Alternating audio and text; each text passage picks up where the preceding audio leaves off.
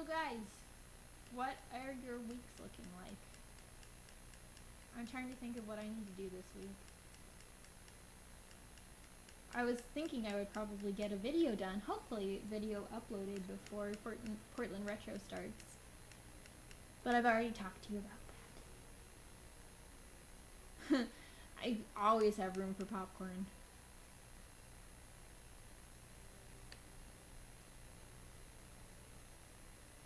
You had that kind of issue, but when it turned out that I had different base delays every time I started my hardware, so the settings never matched. Oh, I don't think that's what's happening, because I checked.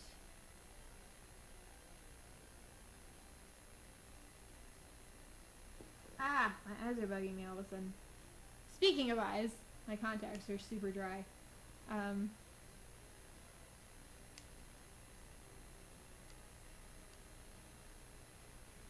I don't have a Snapchat, Humderp.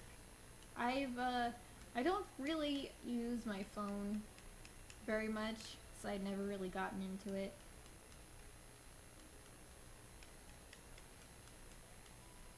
I wouldn't have anything interesting to snap anyway.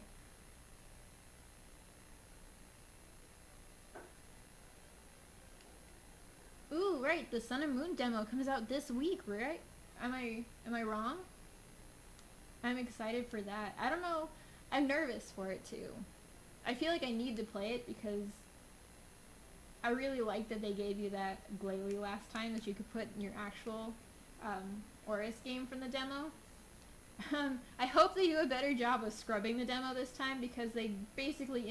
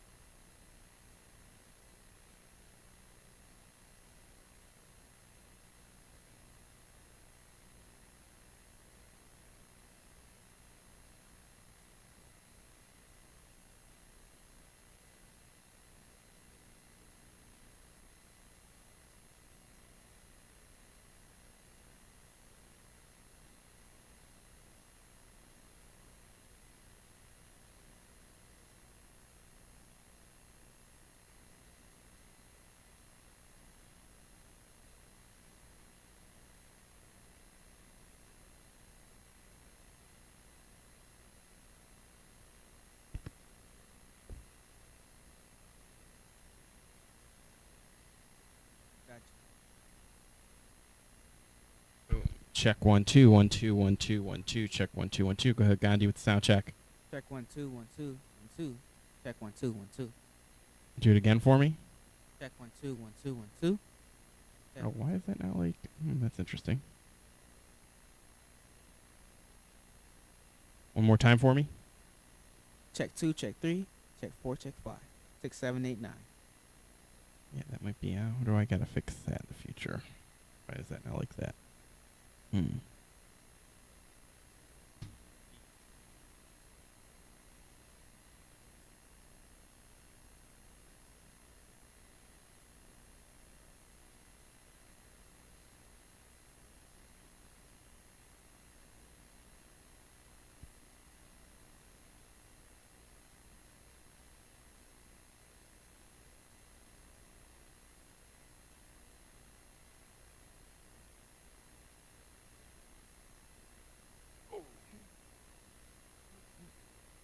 All right, that'll be good enough.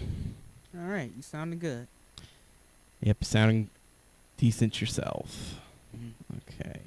So that's what the master mic sound like. You have the same type of mic I do. I will say that for some reason I don't know why you're not set up through the compressor. I'll have to figure that out to fix that for next week. I guess there's no Chris or anybody since no one's replying to my messages, so I'll have to just go with this. I can hit up Johnny or Steve.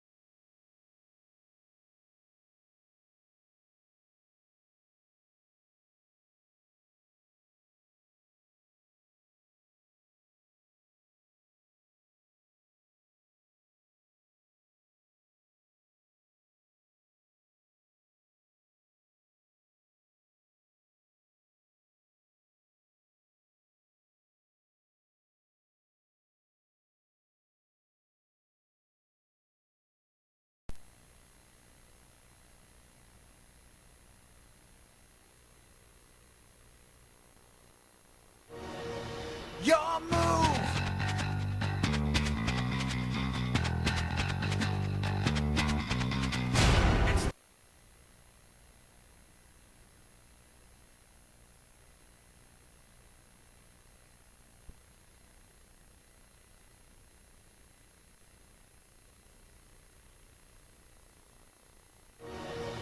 Your move.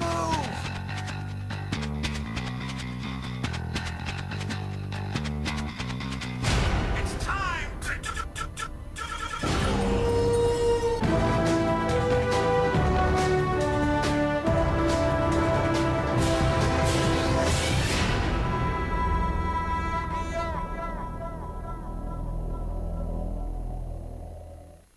Hello, everybody, and welcome to Mega Scorchers The Standby Phase, Yu-Gi-Oh! All-in-One podcast. Today is Sunday, October 16th, 2016. This is episode number 25 of Mega Scorchers The Standby Phase. Yeah, we're back for another week here. And to my, I guess, left in real life, we have Gandhi. How's it going on the fans out there? I think the fans are doing good, and I am Oct-19. I am also a host and stuff like that. We're back with another wonderful episode, and stuff's going to be changing up in the Yu-Gi-Oh! World, let me tell you. So we're going to have fun stuff to talk about this week, and things to talk about that are going to be going down in the future as well. But we're going to start this off like we always do, talk about what decks we've been playing, and then we'll be getting to some news of the week after that, and then some State of the Game talk, and then finish up the show with Tech of the Week. let's get right into what decks we've been playing. So Gandhi, what have you been playing this past couple weeks? I know things are going to be changing up in a little bit, so it might not be relevant what you'll be playing, but you never know, might still be. Who knows? Yeah, I guess I'll test it out before and after. At present, too. What I've been playing is just a switch up from my usual. I've been playing meta, folks. Yes, meta. Don't hate me. What anybody who knows me know that I usually play out the box, but I'm experimenting. But keeping it standard though for the first week or so. I have been playing PK Fire. Oh, PK Fire. That's what I've been playing. That's really truly been playing. But it's not like it's my first time visiting a deck. I've been on and off with it and been doing some interesting builds, but went back to the standard build and see what was the hype about. Like with the standard build, there's like 35 cards, maybe 37 cards you have to run that takes a spot up in the deck, and like it's, if I don't say so myself, it's pretty consistent. Yeah. I know when dropping a Beatrice and Fog Blades first turn, you pretty got a nice setup. We can do that consistently 9 times out of 10. Oh man, that's got to be so nice. You know, that's kind of like Yu-Gi-Oh's going. You know, build up that big old wall if you're going first. If not, then try to break that wall and then build up your own. Yeah, it's always good resource and grind deck. Slightly lost his grind just a little bit off it, but still not fully impacted by that. But do miss that extra sear though. Oh my goodness, I think everyone is. Yeah, but I have to rely more on my Phantom Knight engine now. BAs is just like on the back seat now. Even though you still can play pure BA, but you have to play more meticulously. Yeah, you know, it's funny how, you know, things have been hitting everything. I just remember back, I feel like this might be a long time ago now, when OCG had they had literally had full power Burning Abyss, and I was like, damn. That was before they, you know, it's when they first had Phoenix Rindo and everything, and they had 3-tour guy over there and everything. I was like, Jesus Christ, man.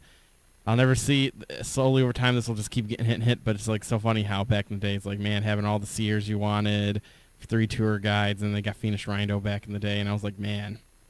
This is pretty funny how it started off as a TCG thing, and then suddenly when they got everything, they get full power, everything.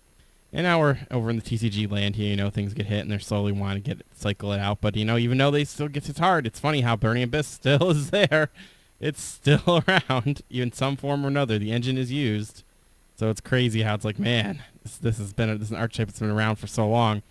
I would debate, like, I don't know, isn't like the first archetype that's really been that stayed true for so long and it was relevant for so long? I really can't think of another one off of my head unless you've got any. Nope. None that stood out more than the BAs. Yeah, it's crazy. Like the only other, I can't even think of of course some other engines, but I could debate you still don't have to just play an engine of Burning Abyss. You can still try to bank a Burning Abyss deck and still a relevant contender. So man, it's pretty crazy. I myself have just been, like I said, last time we were on here, I have just been testing for the future. Still waiting for that totally awesome to come out. I can't say Tree Toad no more now, although I think I'm still going to call it Tree Toad once in a while. So I'm waiting for the Tree Toad to come out. Still got my other builds going. I have now, I think we were discussing with Steve was even bringing it up the last show. So I'm the 3 builds I'm down to now are like more of a traditional Monarch build, Frog Monarch build. Yeah. And then I've got a Lancer Frog build, and then I've got a Control variant of it as well going. So those are the 3 that I've been going with so far. And the third one's more of like, hey, let's play anti-meta frogs that can not only just use the frog engine to bring out, but still access to Pomid Shark and a lot of other rank 4 type stuff, and even some rank 3 stuff. So it's just like going crazy. You know, it's we're trying out that as well. Those are the 3 that I've been the 3 I narrowed it down from my original like 10 that I've been trying out. I remember, man, I was trying to like Ice Barrier version, and then I was going back to the whole you know, what else? The Gradle version and everything like that. I tried so many different versions. Those are the 3 that I've come down to that fit kind of my play style. That's actually about it. I'm thinking about going back to Dark Magicians again. But mine's going to be different. Mine's really not going to be a competitive one. It's going to be more of a kind of a mixture of my old one that I used to do with Deep Diamond Dude and just utilizing the plays of Eternal Soul and that new continuous spell card, which I still can't remember the name. I don't know why. Because that's like honestly, those like Magician's Rod is good and all, and the illusion and all that, which is a good, don't get me wrong, that's good stuff. But if I'm playing like a casual one that's more for funsies, the big core that you need from the new stuff is Eternal Soul and the spell card. Because being able to activate those things on your opponent's turn is like phenomenal. So. Yeah, pretty much. It almost, in a way, mimics the on-turn interaction that Monarchs used to have last format, where they would just play on your turn and interrupt all your plays. Exactly, yep, and that's kind of Dark Magician is filling that void that, Monarchs are now, well, you still got extra deck Monarchs, but I would say that they did it real better when it was at full power. Yeah. So yeah, I'm going to dabble in that a little bit. That's probably it, though, for me in terms of decks I'll be playing. Because there's nothing else that really interests me. I was actually worried for a while. I was like, man, what am I going to do? And then when they announced Tree Totals, once ago, I was like, well, I guess I could still play Frogs. So it worked out pretty well. Alrighty then. So let's just get into some news of the week. We actually got a little news article here. The structure decks. Yes. Yeah, so we have... It's gonna be coming out soon. So it's kind of like a PSA. So the structure deck Yukimoto and structure deck Seto KAIBA will be coming and releasing on the 21st of this month, and of course it's going to be $10 per box or $9.99. For all you people who like that exact stuff. And the big thing we're going to be getting from this, as we all know, is we'll be getting those ABCs, Dragon Buster, and everything like that. That's going to be the big stuff that we're going to be getting from this, and that's going to be changing Yu-Gi-Oh for sure. Very much so. You'll also be, for people like, there are some other stuff you're getting too with the Yuki one. You are getting those Magna Warriors. Yeah. I'm not totally convinced they'll ever do anything, but I would like Garrett to prove me wrong. Prove me wrong. And that would be amazing if they could. Very much so. But it has potential, but like, we're probably not going to see the rise of this until like 3 months down the line, where you get that one guy who tops this regional with it, and everybody start on the bandwagon. But it takes one guy to really put the effort into figuring it out. But the Magna Warriors have a pretty interesting mechanic similar to the ABCs. But the only difference is that the ABC's boss monster is a bit better. Yeah. He's pretty good. His reactive ability. He's like, oh, you're trying to get rid of me? Well, here's my effect to break on up. Sorry about that. Very much so. Can banish and dodge. Yeah. Can't beat that. Really rough. I guess it's a good segue into state of the game there, because I think we should start off with that. So yeah, the ABC stuff's going to be hitting. I think that's a good segue into that. So the big thing that I've seen that's causing this, everyone's going to be maining kaijus. It seems like I think everyone's going to have a kaiju in their deck at this point going forward. I don't think it's a side card anymore. I think anyone that can main a kaiju is going to be doing that, because all the big guys are going to be coming out nowadays. Like for not only just like blue eyes, which are some key things you want to hit away, but mainly the ABC dragon. That's a good way to out it, because it's not something they can chain to. It's just as long as you can special summon.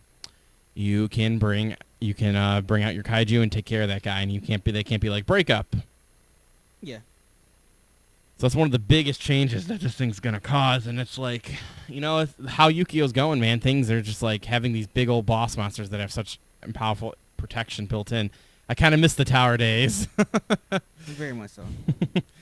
Because at least I could play around towers a little bit. Like, I knew exactly what I had to do to play around. And now it's like, damn, I have to specifically always run these kaijus to get out of this thing, because all my other cards could be pretty useless. I think towers can come back. Honestly, I'm like, there's so many outs to it now, but I think uh I'm calling it now. Towers coming in as a super and the next OTS Pack 3. Calling it Call now. now. Super, and then they're going to unban it. Yep. They're calling it right here. Yep. You've been right before in the past, so who knows? Yeah, cause like that card, it's so watered down to a point that it won't make as big of an impact as it usually did. But I see it having some playability if it ever come back. It like decks nowadays on how our TCG list is set up. Speed is a major factor, and any deck that's not dark or level 8 orientated is not going to have a lot of speed going into or in this current format that Konami has. Let me rephrase. This current format of TCG North America Konami has set up. But a little bit of Europe too. But yeah, but speed wise it get outpaced. But I think the decks are gonna be very overplayed for the first few events.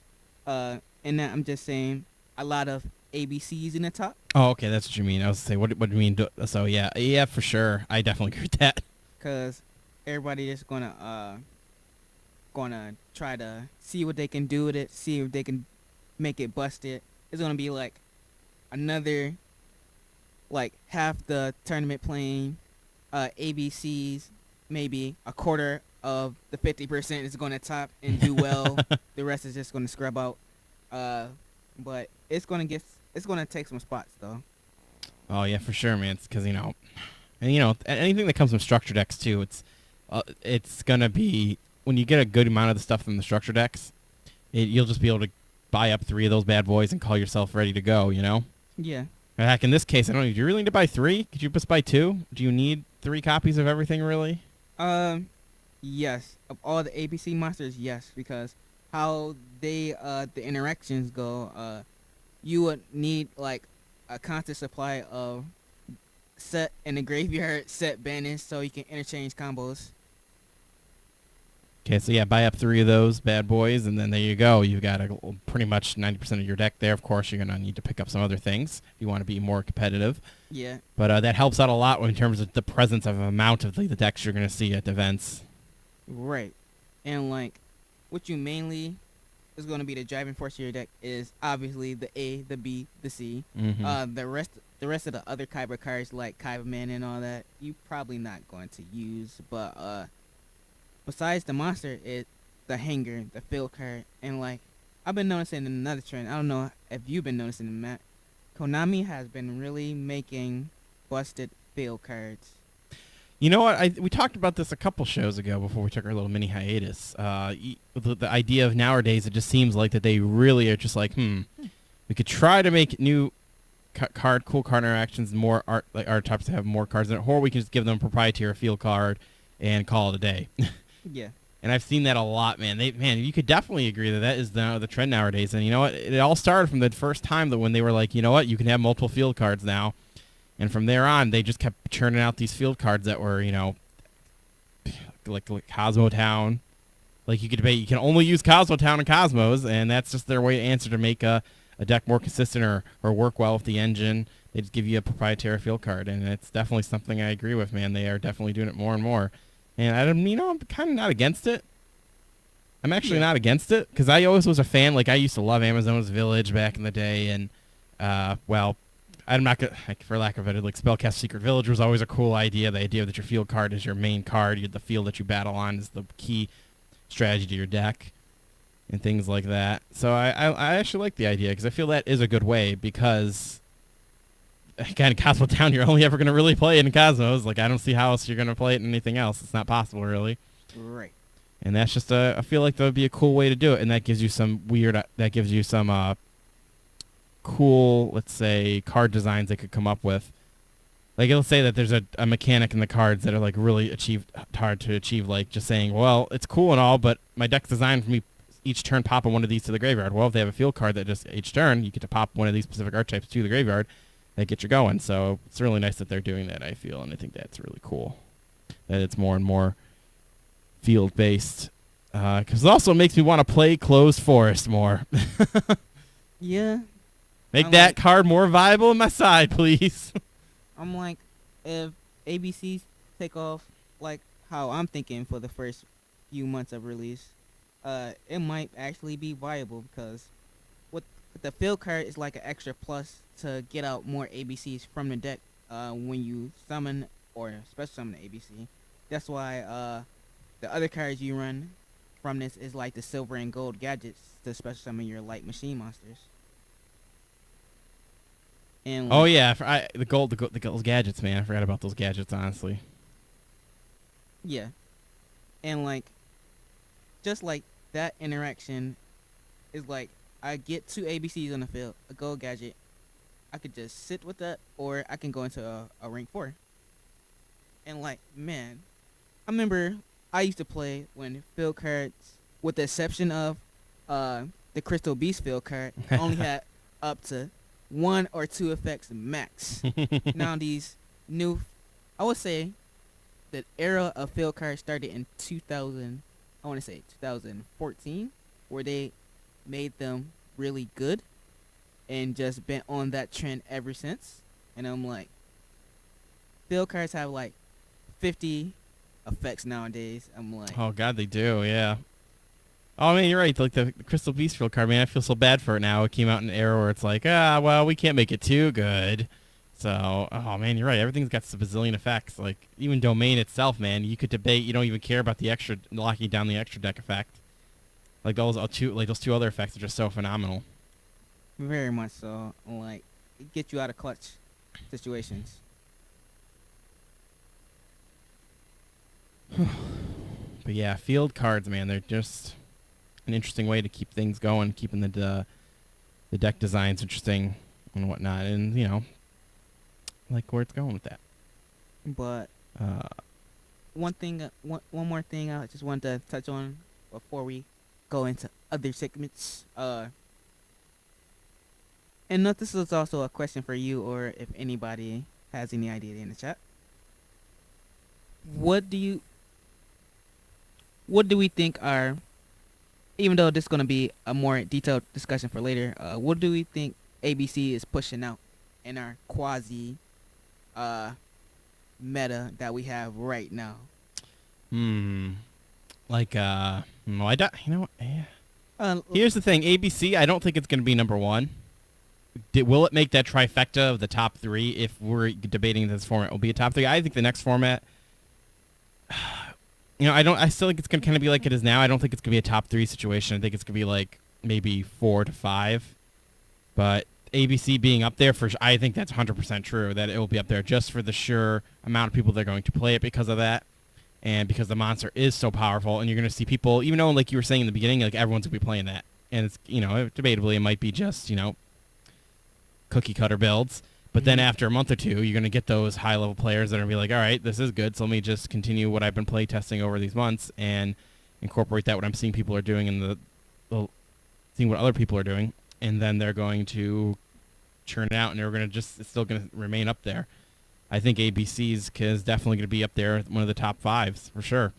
Definitely not number 1, though, because there's some things that are limiting to it. You know, it's susceptible to, like, system down, and you know, there's machine type stuff, and you know, there's other fusion anti-meta stuff, anti-fusion cards you could run. Like, it's theoretically there are cards that people will just know what they have to play to stop it. Yeah. But it will require players to be good and know what time to do that in. Definitely. And I know a few people that's not even playing this deck at all. They just picking up 1 or 2 copies just to have like a cherries target, just to, so in case I play that deck, I'm getting rid of all your boss monsters all at once. Exactly. But man, like, I would assume that would be a strategy in like a demise type deck, or more anti-meta type decks. I guess you can float it or side it in like BA PK Fire. I know you can do it in Cosmo, even though that deck is kind of hurting right now, cause there's only like so few decks that has like the extra deck space for number one and the side deck space to throw in extra strategies like that or counter strategies like that. But the the five I'm thinking of, or for our last month or month and a half, 2-3 months or so, was like I was thinking Mermails was up there, BAPK Fire was up there, Magic Spectre variants was up there. As Yeah, I'm indifferent about the Magic Spectre thing. I was thinking like I'm still grouping that in like pendulum decks that will run anything they can, and right now at this moment it just seems to be more Magic Spectre focused. yeah, That's kind of what I'm calling that, but I agree though. Magic Spectres, just go with that because it'll just be easier. yeah. Like the only other similar thing outside of the Magic Spectres was the Metaphor Yang Zings. Those are like the two main pendulum related decks being played of the last month or so, from what I've seen from locals and regional on a regional level. But I think we'll see less of the Mermaids pushing out into a 4. And if I was to place ABCs over one of those, I would place it over the Metaphor Yang Zings, even though a lot of people are going to get on me on that. Because that needs a really good setup. But you can make it, because it's to a point where you get the combo out like 60 to 75% of the time, but it requires a setup of 3 to 4 cards, and unless you can vote in your deck to that combo, you not gonna have a fun time when you don't draw. Even though you can still last because of the Yang Zing's recursion, it's still the few things I disliked about combo decks like that. Very susceptible to Valor. They Valor and make Dweller, you lose. But I want to say that would be my thing. I like the Magic Spectre variants and like Magic Spectre Metaphors, which I think is a slightly stronger build. Also, I want to mention that with the new Legendary Deck 2s, which I'm going to be testing out, a pure version of Magic Spectres. I'm not really going to do Metaphors too much, but I might pick up stuff just to have the option to try it. The card that's probably going to get a lot of Rogue decks tops is Ties of Brethren. That card. Oh God, yes. Jeez, like that card, that and in the lawn mowing card, like those two things are like the big things I've seen when it's going so hard with their experimentation right now. Because those cards are just so powerful, and it totally influences your deck design drastically. Very much so, and like, I think that is the reason a lot of other decks going to top that probably shouldn't have any business in the conversation. I'm gonna be surprised if like we get some Bujin tops of deck profiles in the upcoming months because of Ties of Brethren, because of that plus that it generates. Speaking of our brethren, we have a new challenger has arrived. Hello, Johnny Vu. How are you doing? How's it going? Hello. He is wished to chime in on the show as well. So just want to introduce you, make sure everyone knew you're here. Yeah, I'm here. He's How you here. doing, guys. Yo, what's up? Nothing much. We were just chiming in on how the game is gonna, or maybe drastically or not so drastically change in like a week or so. I was just summarizing all my thoughts on it, and like a new big 3. I was thinking like Magic Spectre related. I really don't like Yang Zing Metaphors. I was just saying my bodies right there. But Oh man, don't hit Johnny in his heart. Yeah, I haven't played Metaphor Yings in a good minute, so yeah. yeah, I was saying like Magic Spectre related decks, even Manifold Magic Specters, will be a really good tournament pick. BAPK Fire, until they hit Dante, that deck is going to stay top in every event. And this new deck of ABCs, that was be my call for a big three going into the new format. Because Konami been doing very interesting things, as I would say a trend that started with Monarchs, that been the most impactful, of giving us these starter deck auto top decks. You seen it with Monarchs, and we about to see it with ABCs.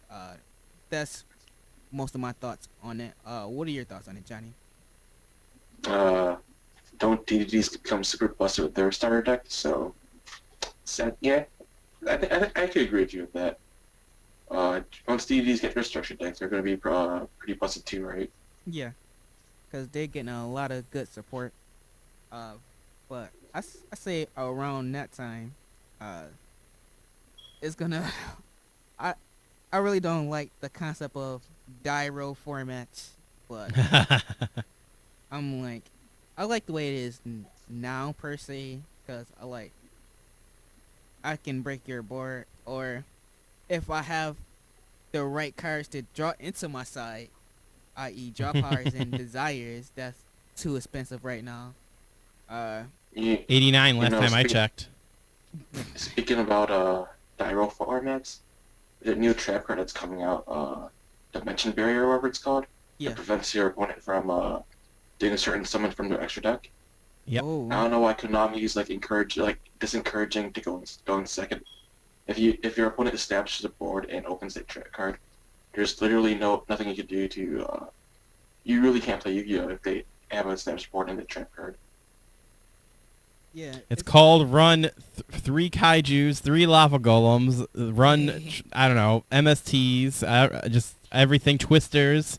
Why not? Bait dolls, everything. Just run everything so that you can break any board, and then you can't do anything when you're done because your dojo deck is just breaking the board. Gonna call that I deck feel board breakers. I feel like going second in this game is too punishing. Like, if you go second and you don't open up any hand traps, opponent establishes a big board, then you start your turn, draw that one max C. It's like the most dead card in your hand. Right. Like, so you're essentially playing with 5 cards against an established board already. It's I don't think it's I don't think the game's in a good spot for going second.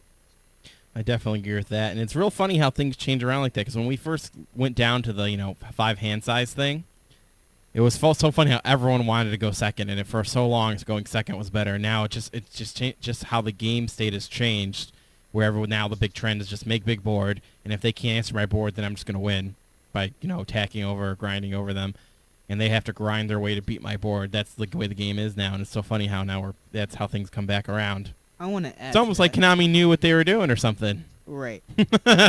When we went down to the 5 cards, I just wanted to chime in on this. Yeah, I go know ahead. a lot of Infernity players was very happy. Then what happened that year? What, Infernity won World? Then Konami went like, you ain't getting this. I'm hitting this. Level chain ban, and I'm like, all the zombie players was like, why? And I'm like, Lava Chain's too good. If Lava Chain was here in this format, I think zombie decks would be everywhere. What they have. Uni-Zombie's still so amazing. I say that, I love that card. Yeah. It's a quasi help, but one thing, it's not searchable, and you have to draw it. Oh, yeah. That's the only thing. Zombies need a search card, or a monster that search other zombies. Besides shitty Pyramid Turtle. Besides the Pyramid Turtle. Yeah, because that's it doesn't really search it, it brings it out, but you know what I mean. Yeah, it recruits Is there a Goblin Zombie? Yeah, but I don't want to summon Goblins on the Dark Hole and just do some random pitching just to get going. That's like a 2 to 3 card investment. What are you talking about? You Just play Metaphor Zombies. Pop your Goblin Well, there Zombie. you go. That's the answer. Just put metaphors in everything. They're the complementary engine to everything. Yeah, you can, but that's a normal summon wasted. Now, my top decks, I think, for sure, I definitely think ABC's right up there. I know DDDs aren't going to be a thing yet, but DDDs are going to be right up there, too. They're going to be a very strong deck to contend with in the future once things come out. And I am not going to... Oh, sorry, go I ahead. think DD is actually a really strong deck right now. Even without other stuff, I think it's a pretty good rogue deck. Oh, yeah, I can definitely agree with that, because the one thing you'd have to do, you'd definitely have to be a skilled player for sure to get through, though. Other things, now, I'm clumping this as water. I think water is going to be up there as one of the tops. Think so, Matt? Yeah, I do. I really do. I think now I don't know if I don't think it's going to be a pure mermail thing. I think it's just going to be because of Totally Awesome. Oh god damn, I hate that I have to say that now. Because of that, I think that's a good enough push where water can make make decent boards that people have to break, and then there you go, and they have the protection built in. So I think that I think that will be one of the top decks. Now I don't know what kind of build. I don't think a pure version of anything is going to be the top. It's going to be some crazy. I don't know. I know Jeff Jones is going to be talking about later. Crazy Jeff Jones water build somehow that's going to come out on top. But I do think we'll see that rise up in the next couple months.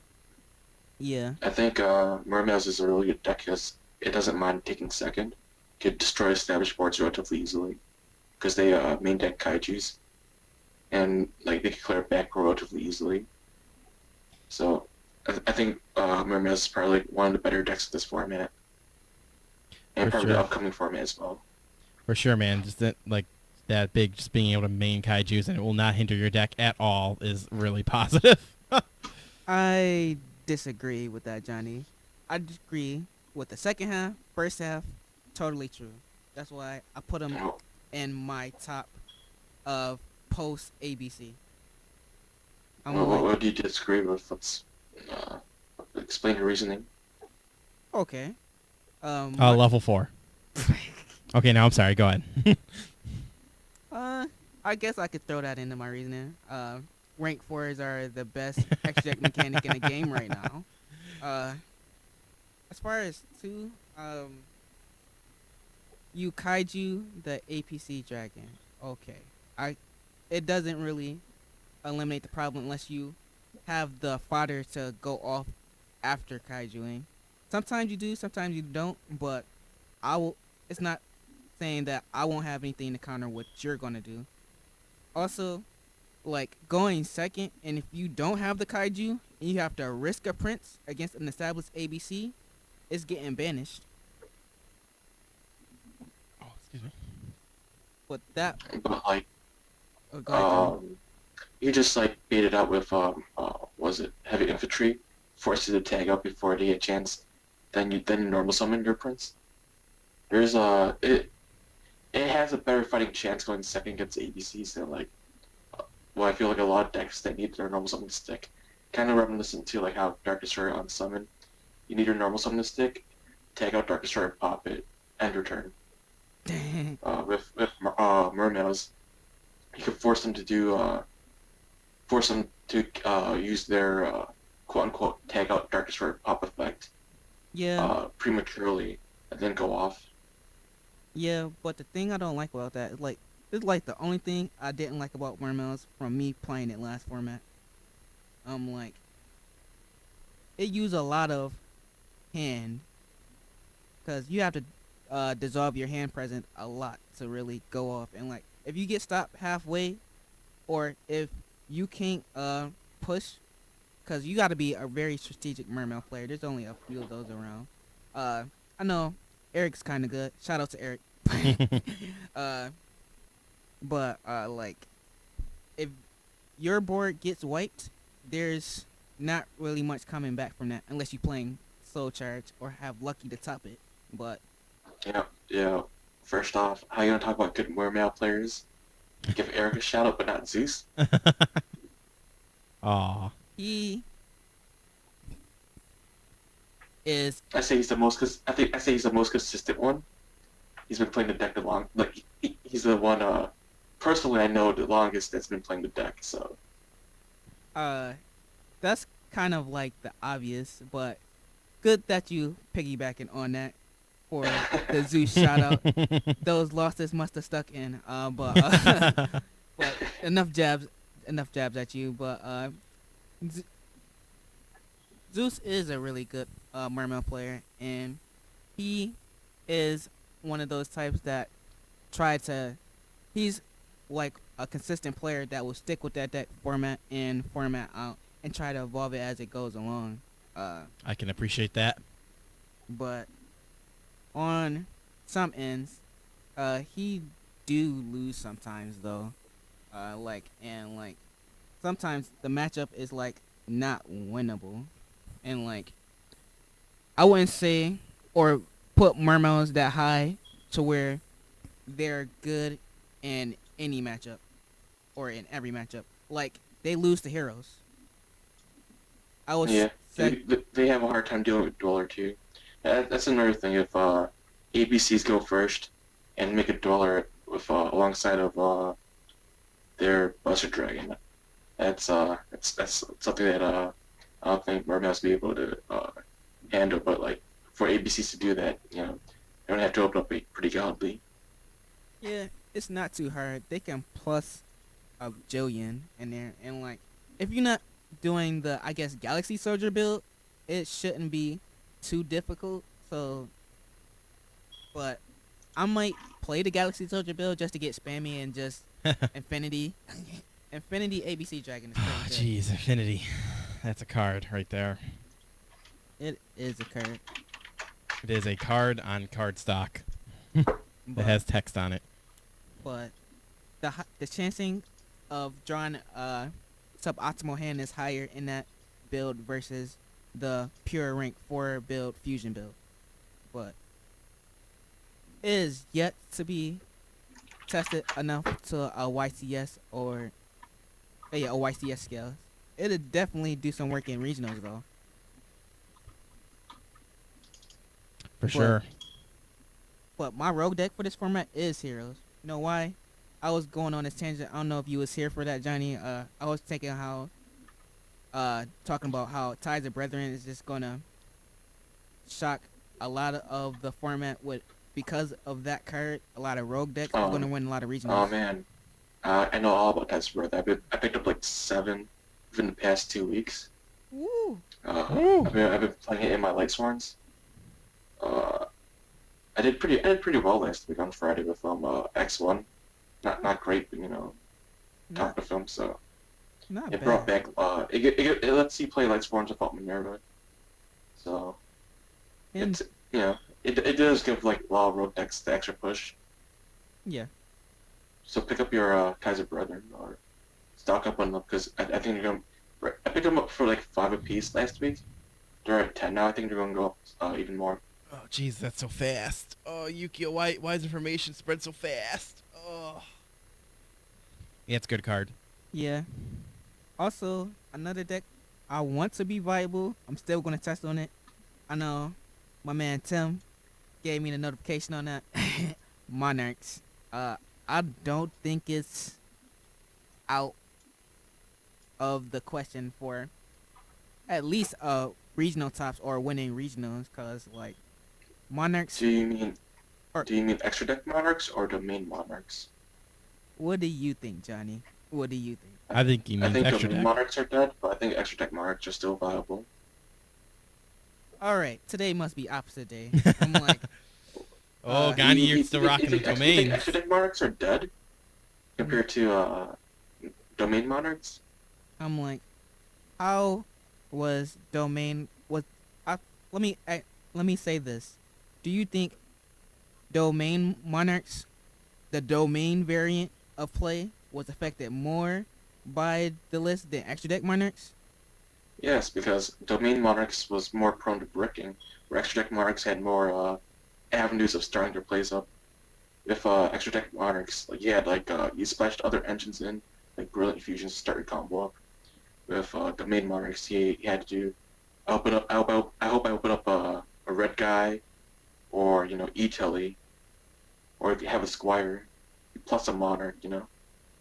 Yeah, but with that, from what you're saying, is like because of it was good because it had so many other engines. Wouldn't having a lot of engines and not mostly the starter cards that you use to go off limited make it more inconsistent than the deck that just playing what it has and not any extra outside stuff. I can make an argument for both, but it's more stronger on ladder. I don't know. I just can't see domain monarchs being like as resilient without multiple pantheisms and stormforthing during my opponent's turn. I don't see them being as resilient. We still got this good trap card called Escalation. I don't know about that. Also, the Ether play was another reason why Monarchs, both variants, was very top tier. But it was especially relevant in the extra deck version because that was like, I would say, a third of your plays, where Domain doesn't really rely on Ether as much as extra deck does,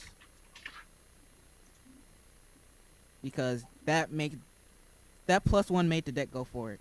That plus into random Karaz at times, or even Airvis to go into your rank 8s. I'm like, I've tried extra deck Monarchs after the list. It was very hard, but still much playable, as you said. I won games I shouldn't have because my opponent thought because I had Domain out, they couldn't go into their extra deck. I say you definitely can sneak some wins because of that. Yeah, like the fear that put across the whole format since its inception. That's why I think Domain, or since Domain wasn't hit like it was in the OCG, it's a stronger version. But all in all, what I was saying is, like, you could build a stronger version to lock up the game than what you can build to just play and hope to have an answer for any situation, i.e. extra deck Monarchs. But one thing that's covering my argument is Vanity's Fiend. I go Vanity's Fiend or Vanity's Fiend, Majesty Fiend. That's what the Monarchs, the Domain Monarch can do very well and on a consistent basis. The extra deck version can too, but it slows down their play, or they don't play. What's that card called, Matt? I know you can help me out. That protects your Monarchs. March. Yeah. That's why, even though they can side or main or tech Majesty or Vanity, they still get cleared because they don't have that protection card. Mm-hmm. Yeah, I get what you're saying, Gandhi. For sure, if you were gonna now post list, if you were going to try to rebuild a Monarch deck, honestly, Domain would be easier because there's more things you can replace to what you lost. I do agree with you that the main Monarch part of Monarch extra decks was that play that you do on your opponent's turn. So it is a lot harder to build for that. The only reason I still say I'd rather make extra deck is because I do like the idea of having more options, and I'm willing to get those shitty hands, which I would debate now they're even more shittier because you can't just have your pantheisms and everything all day to fix your issues and thin your deck out more by play activating it than searching and but I rather have the options, especially now. But at the same time, I'm also a person who doesn't want to play that. So yeah, a lot of people favor the options versus a straight narrow route. Like, let me tell you this. You know how I've got my Majesty deck, which is pretty much a Domain deck? Yes, even though you lost all the Stormforps and the Pantheism, because Allure went to 3, that deck is still possible. It just sucks that now it isn't as consistent. Yeah. Like, I can still play that deck. I can still consistently turn 1 do Domain, March, and Majesty. It just sucks that I don't have the Pantheism to then thin the deck out. Because what was nice about it is that because of all having everything at 3, is I could thin, draw, and then even if they break it, now my deck's super thinned out, and now I can attempt to draw again and get things going again, rebuild the lock. But there are some things I can replace because Allure went to 3. That helps a lot. Yeah, at the same time, though, too, losing some things makes you want to actually play other things maybe that you could make up for it that you couldn't necessarily before because you had to play 3 at everything almost. Yeah. So, like, I agree with you that you could definitely build a domain deck easier than an extra deck, but I just prefer to play an extra deck if I had to choose. Just to piggyback on what you were saying, before when we made a video about this, like, I want to say a month or 2 ago, comparing which one is stronger, I was thinking 60-40 compared in domain's favor, but right now, because of the new cards and the Allure's at 3, also that fact that God, Allure's at 3. Oh. Extra deck miners can use the Blackwing card Gofu. That kind of helps them out a bit more. I'm saying like the variation between 2 is like not as big as a gap as I originally thought in the previous format. I think it's like 45-55, but still in domain's favor. Oh wow, really? That's pretty okay. That's a number change right there. Any more thoughts? That's pretty much on that. Like I said before, going back to the original thing, like ABCs, I think DDDs are going to be a big thing, of course. And Blue Eyes is still going to be up there. Although I go back and forth on Blue Eyes a lot. You know, like I think Blue Eyes is a great deck. But the thing is, same issue where everyone knows what to side against that. So it's like, what you do, you shut down that special summoning or shut down their spells. Well, they have a hard time. Yeah, Blue Eyes needs to open up godly. They need to set up a board where they got like 4 monsters to answer. They usually can do that quite well. Pot of Desires helps, but it is a hindrance when I was reading this post earlier where your guy Pot of Desire all 3 Blue Eyes out of his deck. Well, that can happen. That is one that can happen. But that sucks. If you can set up real well, dump real well, and just set up the soul charge, it's kind of hard to beat even with kaijus. But Lava Golem is the new answer. Just take out 2 things at once. Or as Garrett would say, that fear mode. But that too, yeah. There's that as well. I would say Blue Eyes still has to open godly consistently. But as far as anybody who's played Blue Eyes or played against Blue Eyes, that doesn't always happen. Yeah. It's like I said, I just go back and forth on Blue Eyes. I definitely want to put it up there, but just like at the same time, like I said, it's some people know how to play against it and side correctly. It's just then you gotta hope they don't open godly and then play your sides, and then you're fine. Just wanted to add that before Johnny's thinking about chiming in, because I know he's got something spicy to tell. One of the other reasons that not many people will pay attention to is like about the Blue Eyes, why they were so good and why they were one of the tops of the past 3 months. Is like there's not many monsters in a game that can swing over 3,000 and 4,000 monsters. They really don't have to do anything. I know, like playing and burning the Abyss against that deck is just like a nightmare, or any other rank 3 or rank 4 deck, because there's not a lot unless you're playing the crazy box that can swing over a Blue Eyes. They can have like a bad hand, make a Exceed monster, or at least get out a Blue Eyes, and if you can't swing over it or answer it, they have time to recover and recoup into more plays. That was like another annoying thing about playing Blue Eyes. They do have the big beats. Alright, so I had some story card at Gamers, and I didn't know what to pick up. But I noticed that they had some Sages, so I figured picking them up, and I've been contemplating about rebuilding Blue Eyes. And every time I thought about rebuilding it, I just remembered how underwhelming it felt playing it. But I've been recently testing out Galaxy Next, and noticed stuff. Hey, Johnny. Yeah. You were breaking up there, so start over again. Sorry. So long story short, let me just it up. I think the Chaos Max is the way to go with Blue Eyes. the build may not be as consistent, but I feel like putting a Chaos Max on board puts so much pressure, puts your opponent on a clock, forces them to make unoptimal plays so they don't get double pierced to death within 2 turns. I think that might be the optimal way to play the Blue Eyes deck. I think standard Blue Eyes feels a little bit too underwhelming in what they do, like, with their plays. Yeah, Okay. I can dig that. I would agree. And I would also might test that out. What? That's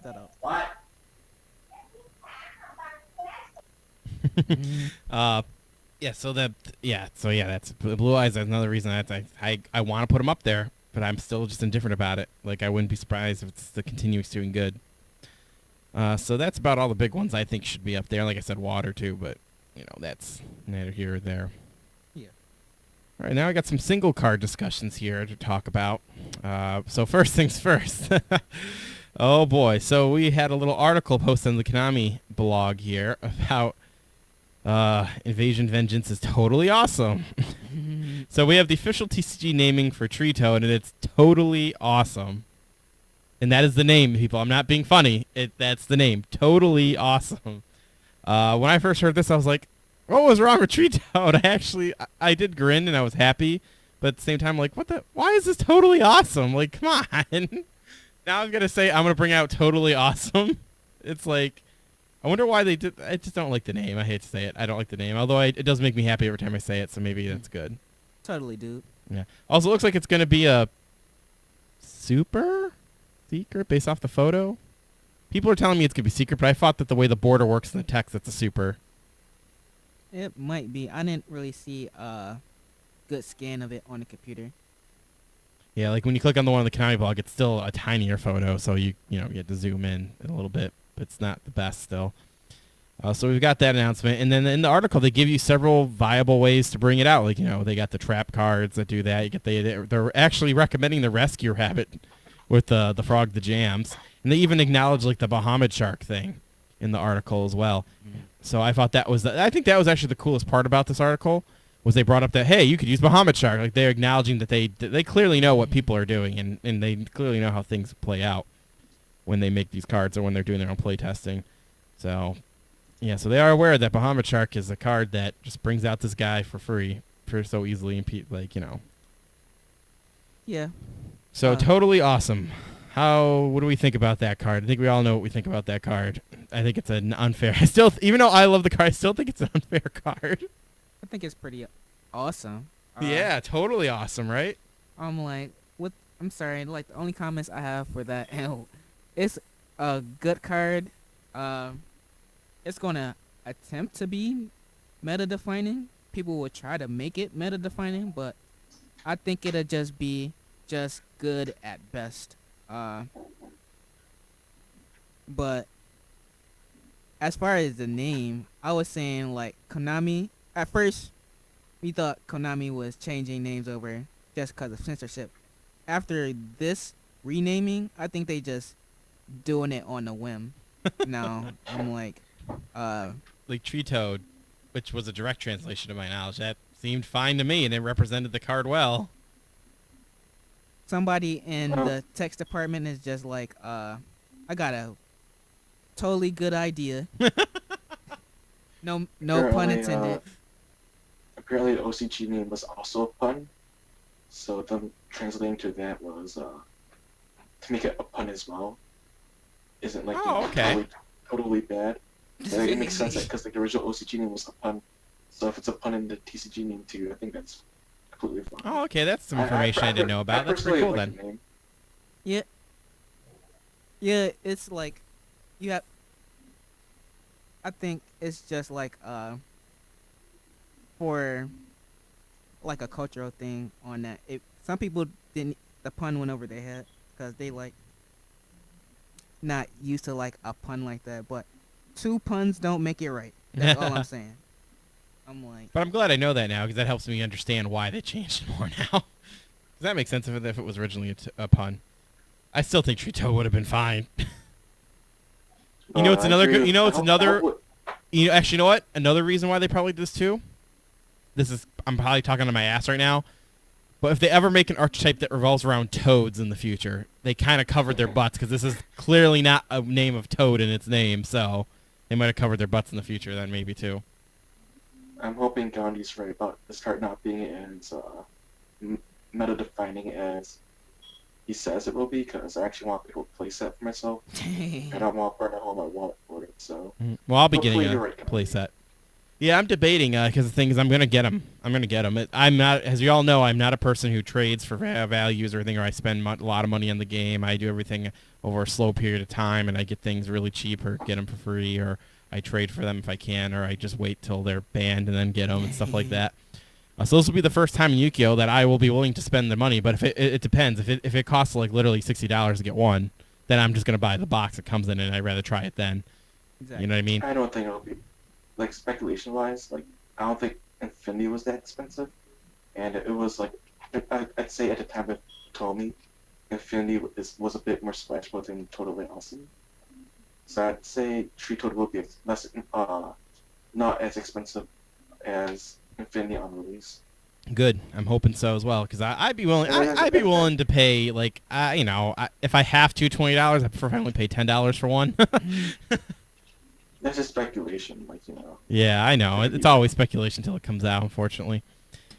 Yeah, but just to piggyback off what I said, and if I'm wrong, if it does become meta-defining, the next move Konami will make, it will make the potato move.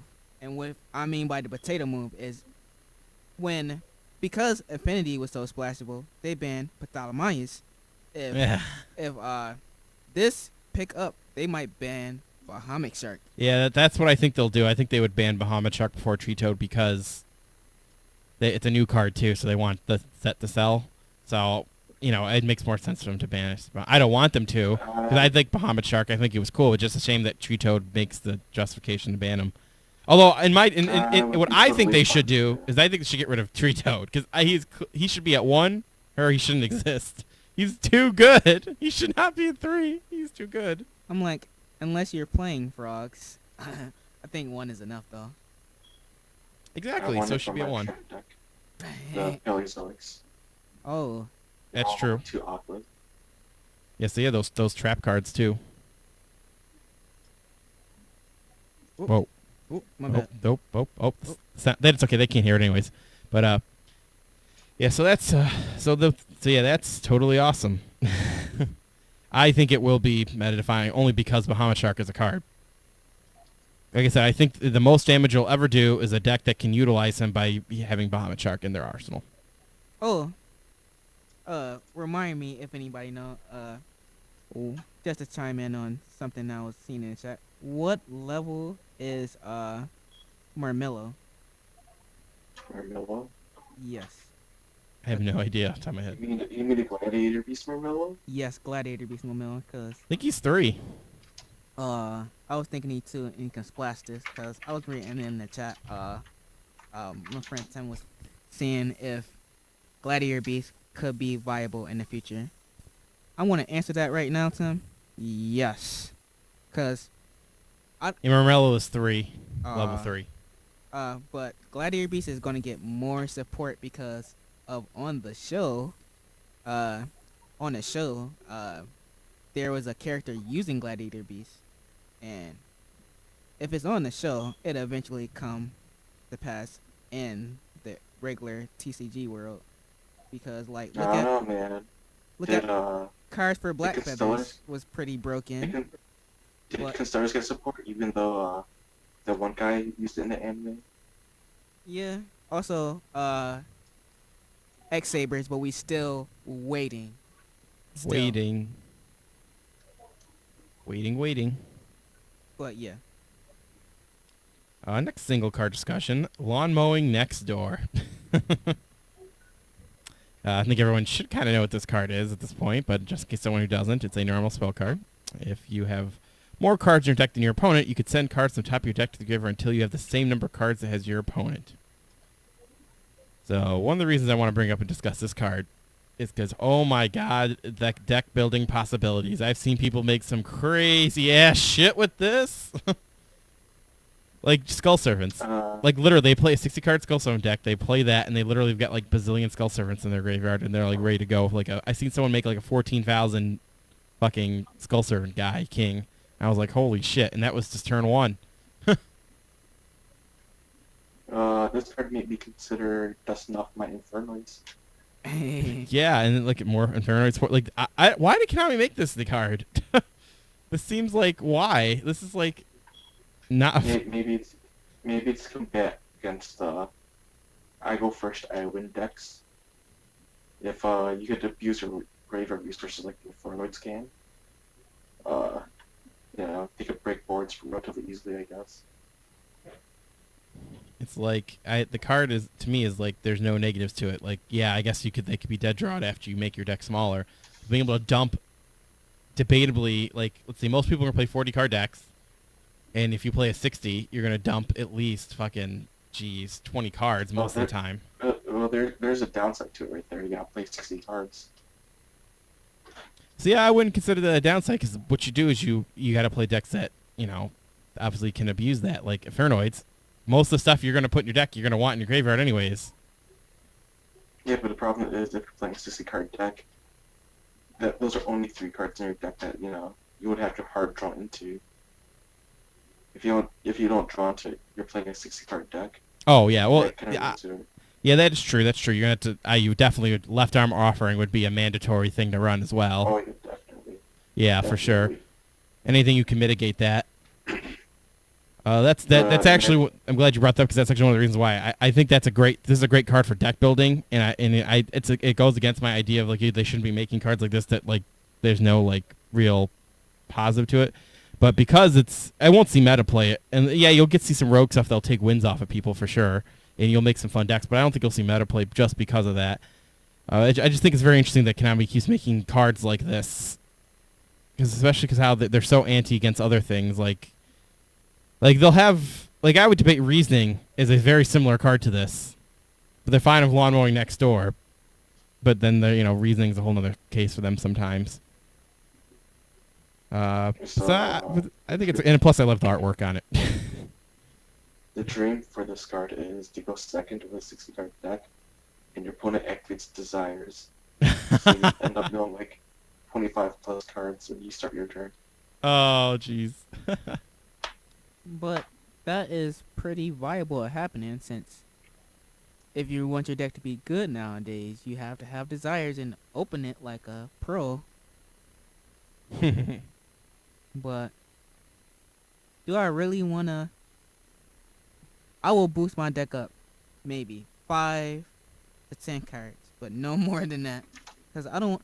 Yeah, I was thinking 50 would be the absolute most I'd go to if I were to play this card. Yeah. Same here. And I'm really skeptical on that. Because I'm like, you have to draw this card. Unless you're playing a card like Left Arm Offering just to get it out. Yeah, that'll help mitigate it. But even then, like that's only 6 cards still theoretically, right? Like you'll play 3 left arm, 3 lawn mowing, and then hope you still got to draw 6 out of the 60 cards. So, like Johnny was saying, it's still a rough sell. All right, next single card discussion here. We have that Vermilion Dragon Mech. Oh boy, this guy right here. If you guys who don't know, it is a fire machine type synchro monster. Level 9, 27 attack, 1800 defense. Requires 1 tuner plus some. Goddamn, what is it? Plus. I think it's just 1 other monster. Plus 1 other, I think. I think it doesn't require 2, or it doesn't require 2 more. It could be 1 plus 1 other plus monsters. Yeah, that's just only the only plus to me it has over Trishula. Yeah. That's it. Yeah. For people who don't know, once per turn you can banish 1 tuner from your hand, field, or graveyard, target 1 card in the field, destroy it. If this synchro summon card is destroyed by card effect and sent to the graveyard, you can target 1 banished tuner and add to your hand. Yeah, so the big thing people were talking about this is like, hey, could this have been a replace of Trishula? It almost had the shot, but the big thing was that this guy can only do things on your turn. And he has to be sent to the graveyard. I think if he was a card that when he said he could have done that like during either turn, he might have been went over that level to become that guy to replace Trishula. But because of that, it'll just be another good option for anyone who wants to needs a machine type level 9 monster really. 'Cause I know this is coming out. What set is this going to be coming out in? I think it might be coming out. Next version of Venom. Yeah. So isn't there something in that set that you can utilize him? Kriston's. Yeah, that's probably it. I think that's what I was reading. So maybe it'll be good for those guys, and that's probably it. But I was hoping that something could finally take that slot as the best number 9, but it came close. But it's still a good card. Don't get me wrong. I might take it in, or Johnny, you should take it in Blue Eyes. Ooh. I don't think it's worth going into this over Spirit Dragon. I think Spirit Dragon would be the play to go into 99% of the time over this. Yeah, but if you open up Nutty enough, it can make 2 9s. You can recycle those stones. Man. Oh boy. Oh Now you're jeez. thinking of Power Gandhi. All right. That's the power of card games. This last card I had on the single card discussions. Next thing here I had on the state of the game that I wanted to talk about here is Konami posted Jeff Jones's Dark Magician's deck profile. Now here's I don't want to talk this because I think that the list is like amazing or anything like that. I want to post it because I just love how even Konami acknowledges like, oh, when Jeff Jones does something that's roguelike and he picks a build of it, people are gonna care, so we're gonna post about it. So that was my big thing about it. They just want to increase the sales of the Dark Illusion. Yeah, exactly. That's Or what all this all Magician. came off to me. Because when you hear Jeff Jones, people are like, oh, what crazy deck has he got now? And he like influences a lot of things. And now I don't think this time around that this deck list is like phenomenal. But yeah, Johnny, it comes off to me just all of that. He gets a blog post. I think he made the top 32 with this, but nothing. No, I believe got 34th place. There Oh, were okay. only 2 X2s that didn't make the cut, and he was one of them. I see. So he didn't even make top 32. So yeah, it all comes off to me as let's promote our shit with Jeff Jones, and I'm like, oh, come on, Jeff Jones. What happened to them Grand Soil days when you rocked in with them psychics and people didn't expect shit? Just for our people who are new or just come into the game who don't know who Jeff Jones is. Oh yeah, I just always assume. He's a pretty well-known player. He's been playing for years. A lot of tops at regionals, YCSs, and other big events. And most people go to him for like different ways to innovate their decks or rebuild or relook at ideas, because he got a lot of interesting builds that most people are not keen to off the bat. So in other words, a lot of people like to wait for Jeff Jones to show them the way. Show me the way, Jeff Jones. That's all I want to say on that. Yeah, that's the big reason I wanted to bring it up too, just because I feel like they're just throwing out that Jeff Jones name to get that influence. They're using him to show Dark Magicians. Yeah, especially after reading the articles, like they're totally doing that. And usually when they do deck profiles, sorry, go ahead. Especially with Eternal Soul just dropping last week. Yeah. That's got by those legendary deck collections. Yep. Exactly. Yeah.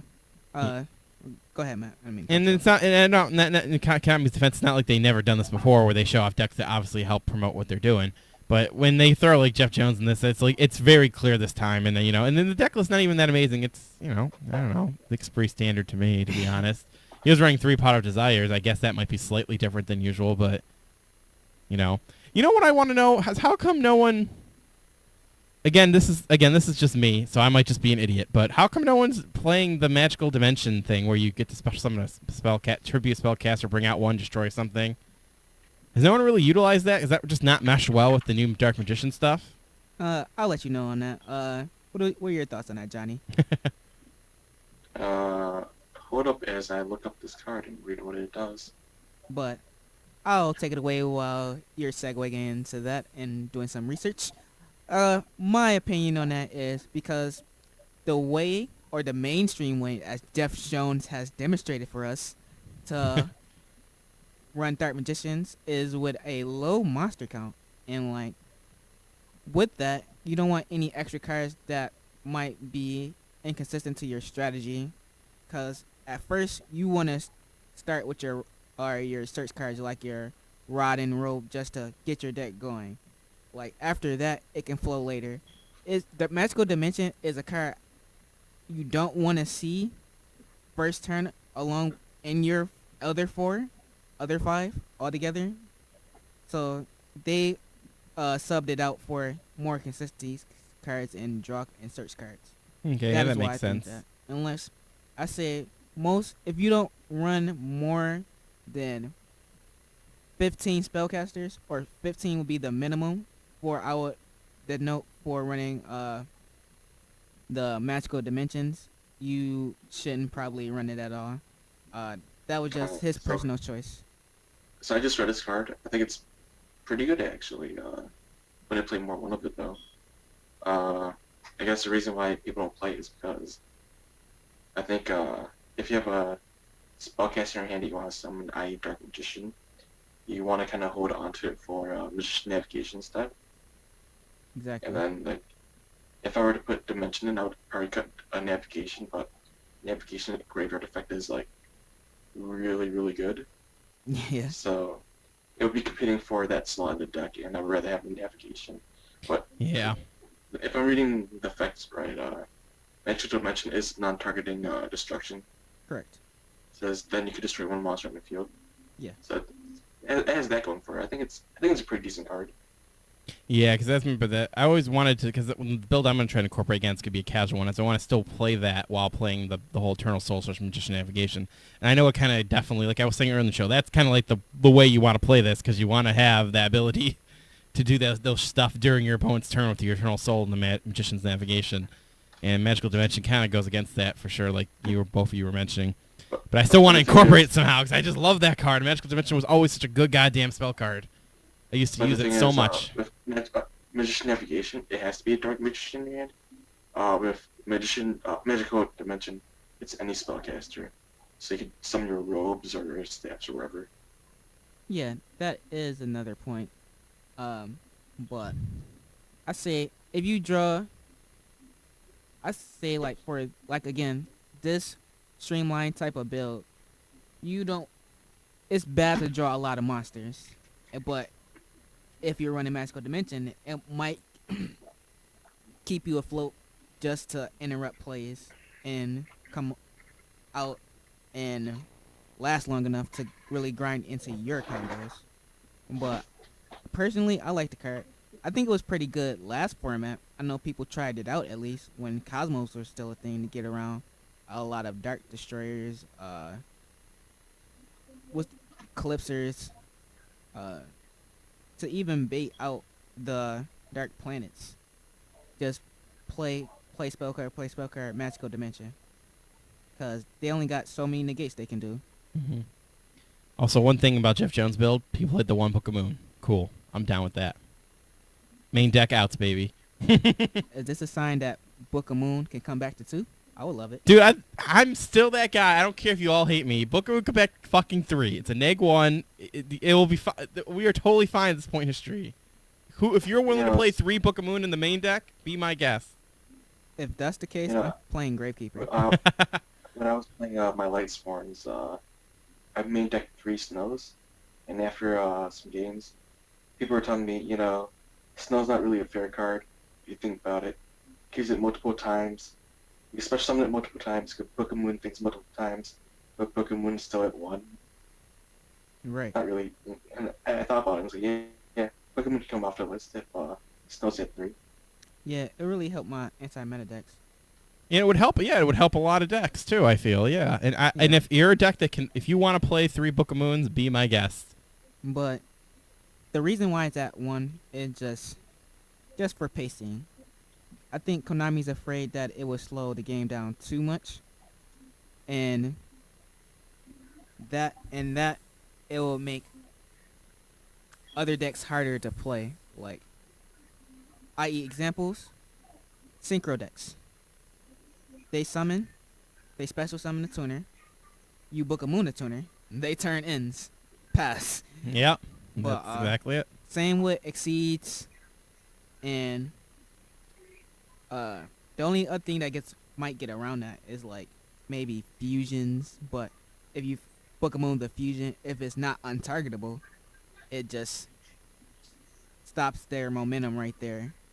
Uh, I think they're very selective in their momentum cards and cards that slows momentum of what they want to have in this format. But going on to just sew this up, is Dark Magician a good deck? Yeah, but I don't think it's meta. I would I say. think Go I ahead, think Jen. it could be a pretty good rogue deck. Like, I probably contribute to the fact that Jeff Jones doing so well with the deck is that not a lot of people expected, like, Eternal Soul just did only come out last week. Not a lot of people knew what it did, so they weren't, like, fully aware how to play against the deck. That's the thing about, like, rogue decks, like, you have the element of surprise.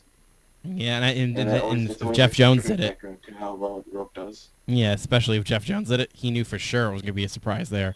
That's how he This is rolls. like- He rolls in with surprise it's like shit. It's like what you said earlier, Gandhi. I'm not counting extra deck Monarch's rogue or anything, but people did like games that you won because your opponents didn't know that could go into extra deck.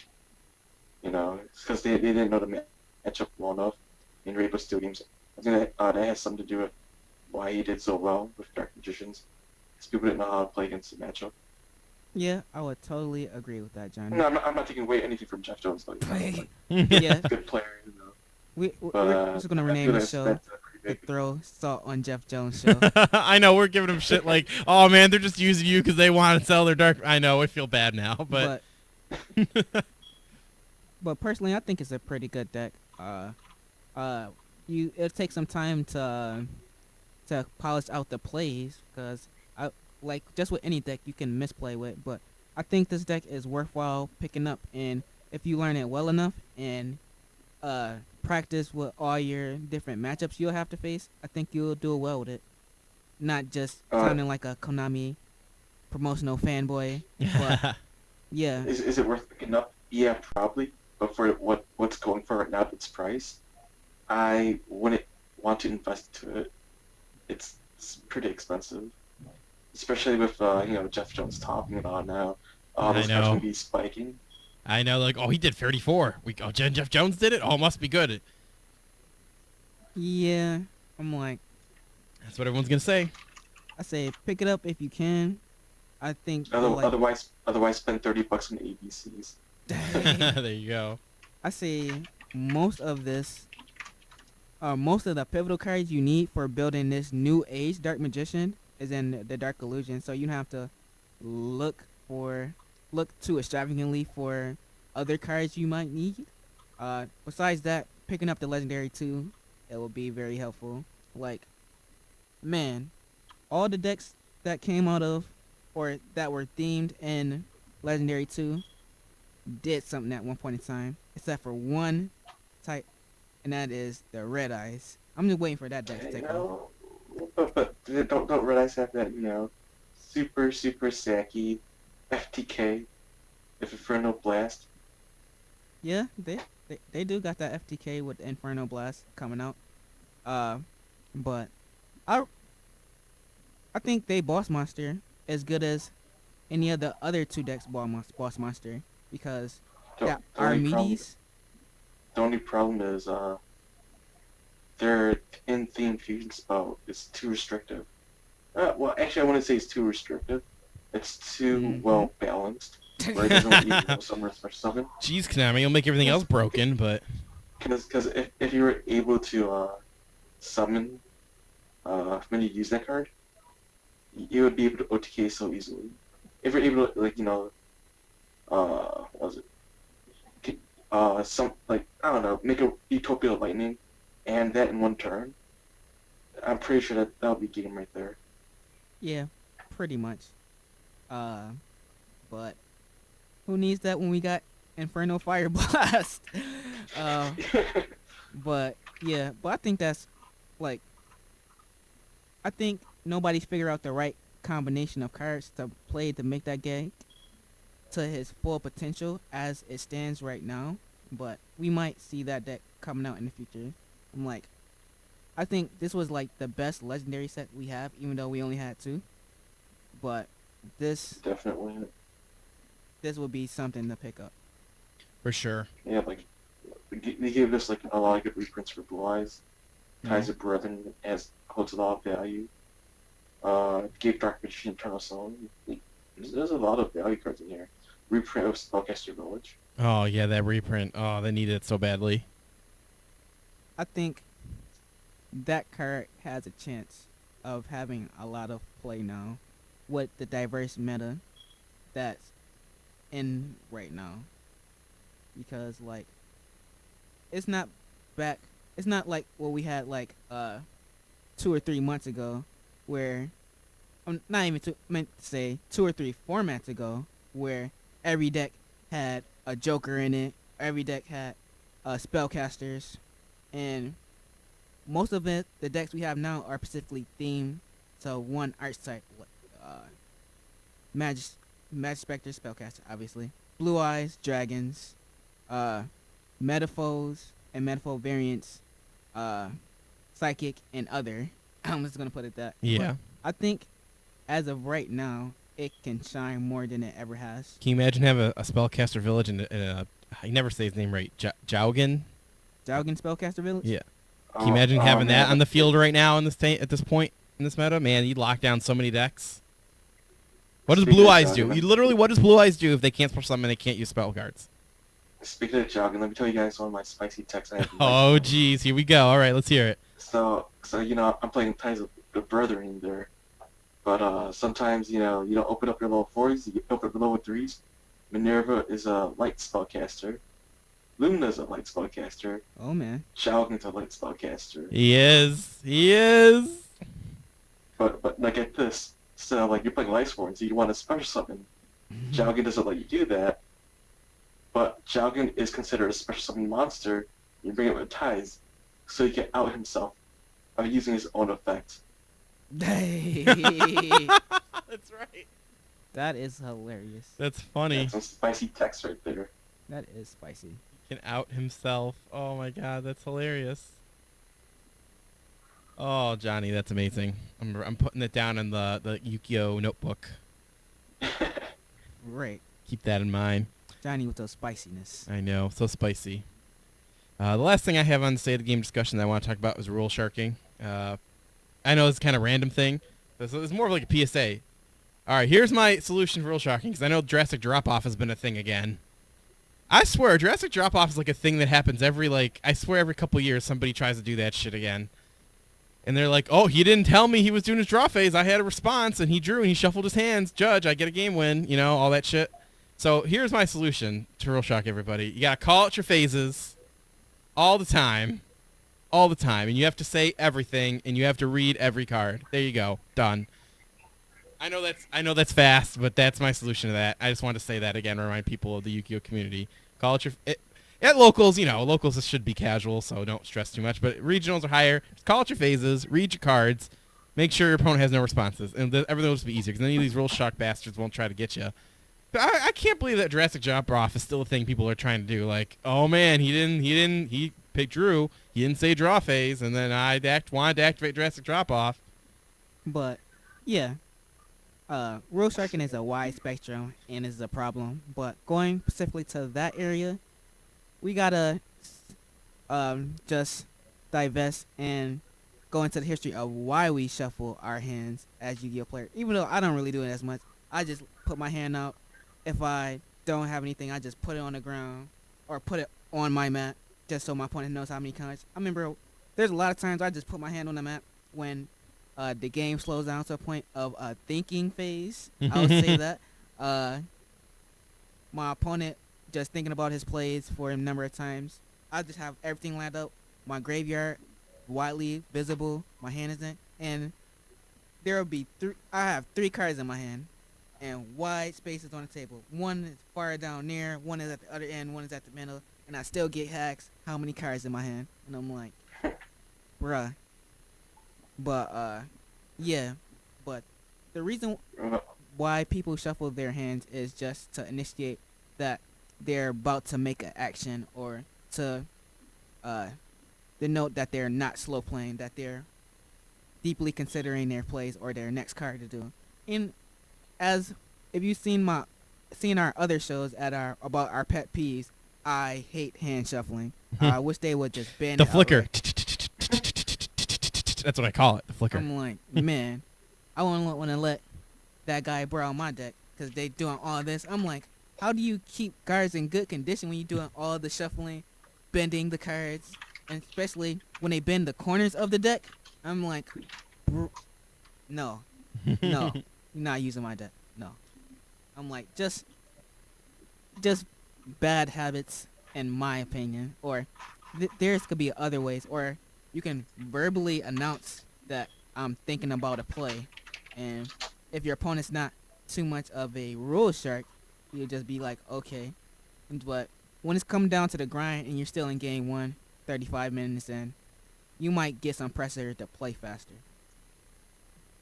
But that's how a little backdrop of the card shuffling came about. What were you gonna say, Johnny? About the drastic drop-off thing. Whenever I draw, I take the top of my deck, slide it across my mat, and add to my hand. So they have ample time to activate drastic drop-off. I'm not getting real shark. I would say draw phase, stab my phase, main phase 1, question mark. If they try, real strike me, I would be like, no, I slid my card all across my mat. Now I had ample amount of time to activate it. Judge, I'm a real shark you. Real shark versus real shark. Here we go. With who's more thirsty and hungry. Right, Johnny, I gotta borrow that. Slide on top of my mat, give it a little twirl on my mat, waiting. All right, is it my hand? I'm shuffling now. I'm like, after doing all that. That's a reasonable compromise. That is a reasonable compromise. That should be more than ample enough for locals, of course. Yeah. It's just like those higher real levels, sharking people in get general. really big on it. In like casual games at locals and stuff, There shouldn't be I'm real not doing sharking real there. shark. I don't know why If I see anyone you would go misplay- hard. if I see you misplay, like, oh man, 1 second, I didn't mean to do that. I'm gonna let it slide. Yeah, you If David generally Adams, should. round 4, we're splitting, that's fine. I don't care, Round 4 at David Adams, I offer to split and you say no. I'm real shark everything you do. I'm not gonna let you do no takebacks. I offered to split, you said no. I'm real shark everything. Yep. And keep in mind, too, people, there's a difference between rule sharking and wanting to know how to do the right thing and make sure everything's going out copacetic. Like, when you get, like, interactions of lad and everything, if we got a question to reread cards and I've got a question, bring it. That doesn't mean I'm trying to rule shark you. It's just, sometimes things get confusing. So hope people don't confuse and making sure trying to do the right thing and rule sharking sometimes. I know sometimes it happens. If you activate multiple effects in a chain and you forget to resolve them, no, I'm not letting you take it back. So, in casual games, I don't care. But if you don't want to split with me, I'm gonna real shark you. Danny's like, I'm saying it. Y'all don't split. Y'all fuckers. I'm going hard. I have an interesting story on that. Well, I almost got rule shark at the last regional I went to, and it got to the point where the head just came over. Whoa. Oh, boy. I was playing X deck Monarchs. Oh, boy. I was falling back on my domain Monarch mechanics, was just summon, tribute. But I was tributing some squires. I had a light one and a Mithra on the field. I tributed for Erebus. Good. I set up. Also, I had a return on the field. I set up my chain as thus: Erebus Chainlink 1, Mithra Chainlink 2, Idea Chainlink 3, and Return Chainlink 4. Do you see a problem in this chain? Do I see a problem with the chain? To my knowledge, no. That seems like that's fine. You, Johnny? Don't you have to use the graveyard effects first? True. Like That's partially. Squire first, Squire second, Monarch third, Return fourth. Don't you have to build chainlinks like that, or? That is partially true. One of my opponents was trying to shark me and saying my idea would miss timing. And Yeah. I'm like, no. But Sounds like your opponent never played against Monarchs before.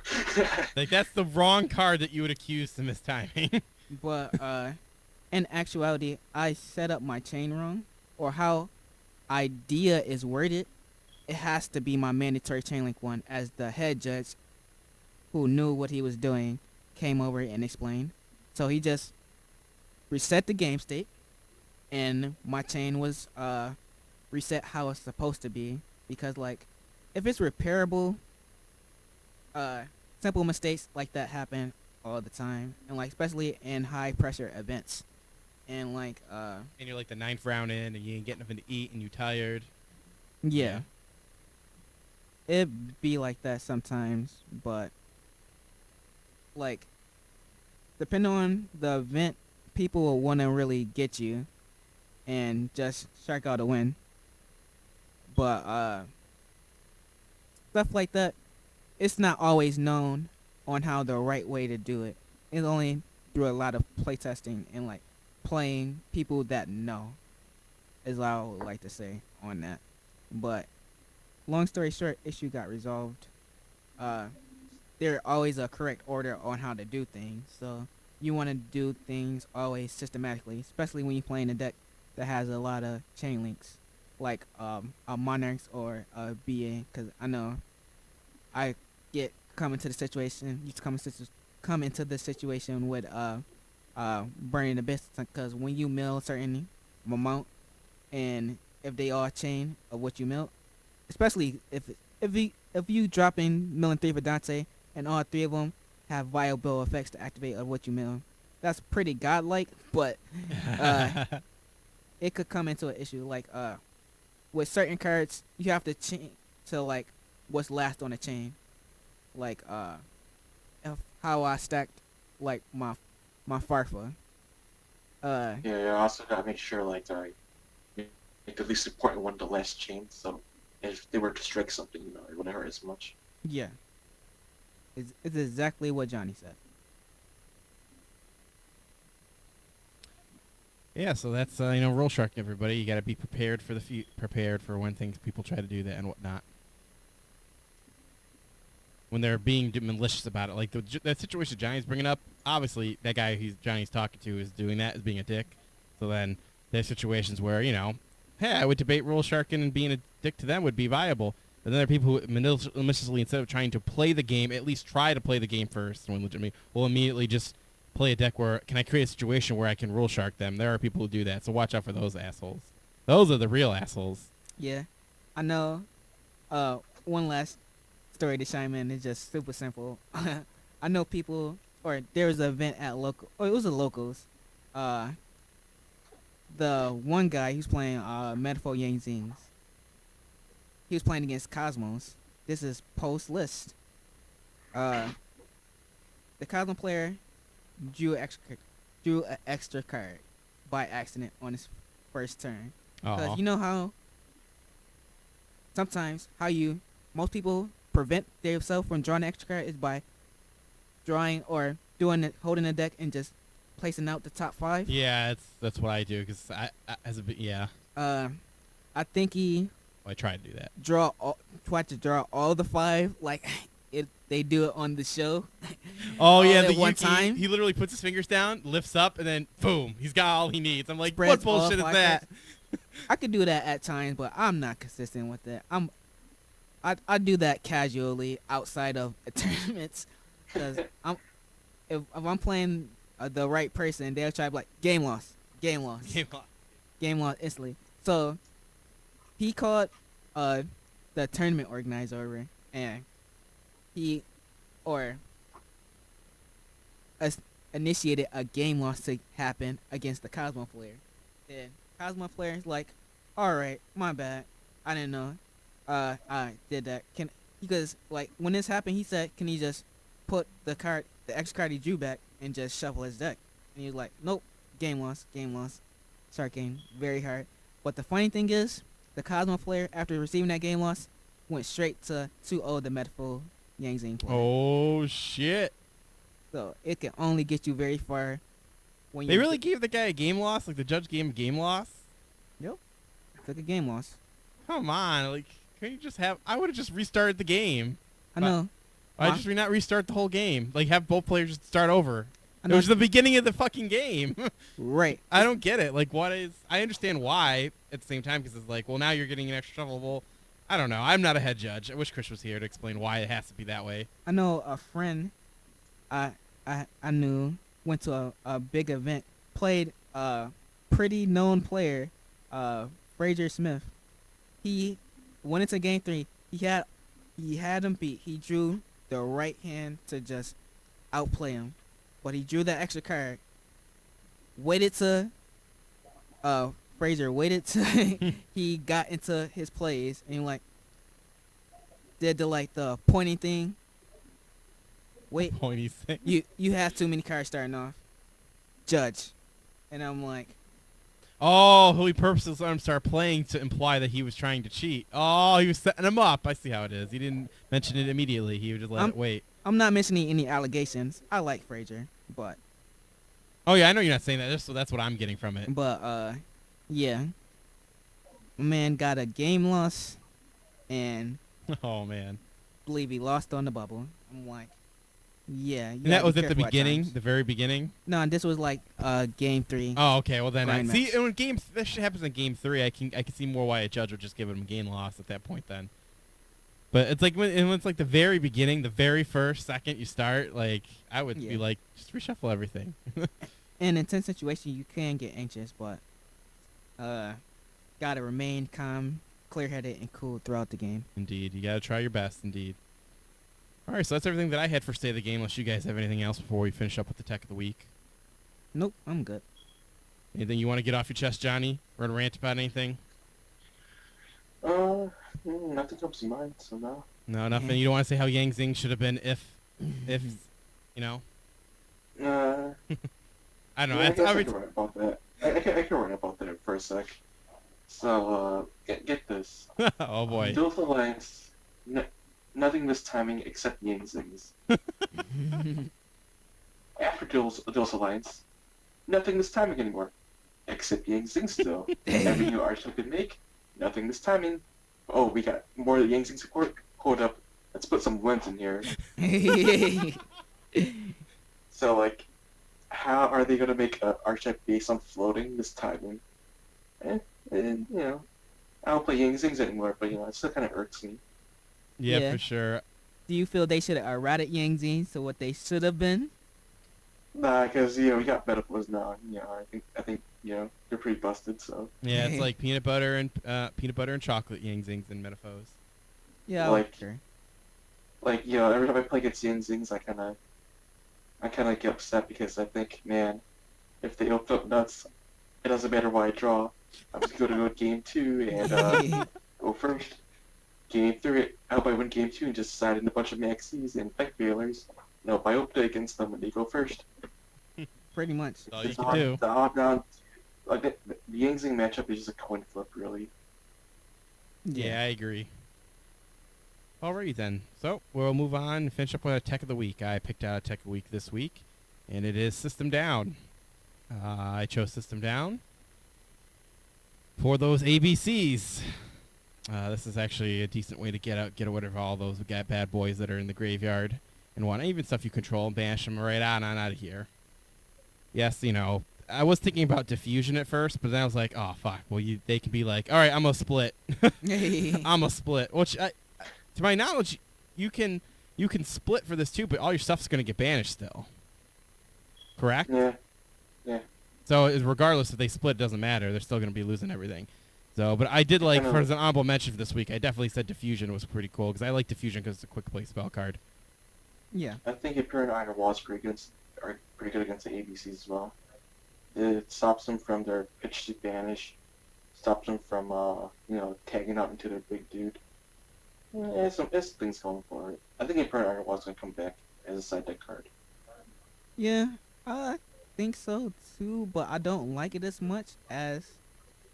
Or I'll say I'll like System Down more because, for one, Iron Wall is a trap card, and spell System Down spell. So that's how it's going. System Down was a quick play.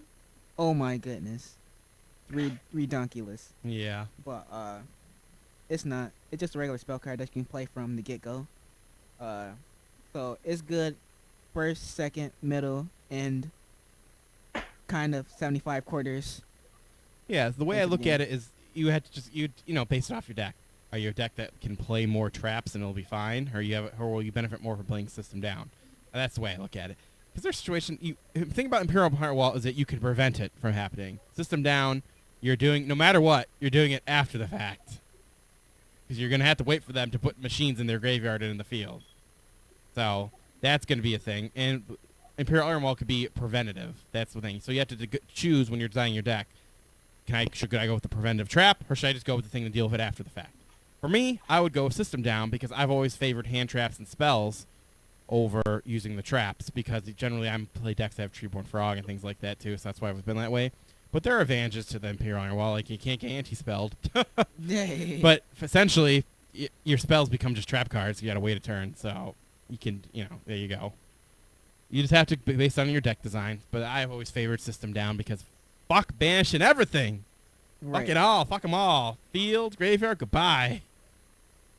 The only thing that makes it hard to really play Floodgates is, like, I'm finding that, like, every other set, they coming out with a quick play magic or trap destruction. And I'm like, they really don't want this to last on the field. I'm like, I've seen deck lists where the only side card he has is, like, 15 magic destruction cards. All 15 magic destruction cards. I'll run Bait Doll, Twister, Twin Twister, Storm, MST, just do it all. Mhm. Everything. Cosmic Typhoon, Cyclone, everything. Why not? all of the above in a bag of chips. Yeah, we got so much MST-like cards. Cause like that used to be the thing with the big deck. The only thing it lose to, that it can lose to, is the mirror match and floodgates. Mirror match, you don't really need to side too hard. You'll just win on skill. Floodgates, you gotta side it all the outs to prevent the floodgates from keeping your plays in check. Exactly. So that was my tech of the week, and I do have one side tangent before we end the show. I was just thinking about this because you brought up that. Should Heavy Storm come back? Go. I know that's a weird way to end the show, but should Heavy Storm come back? No.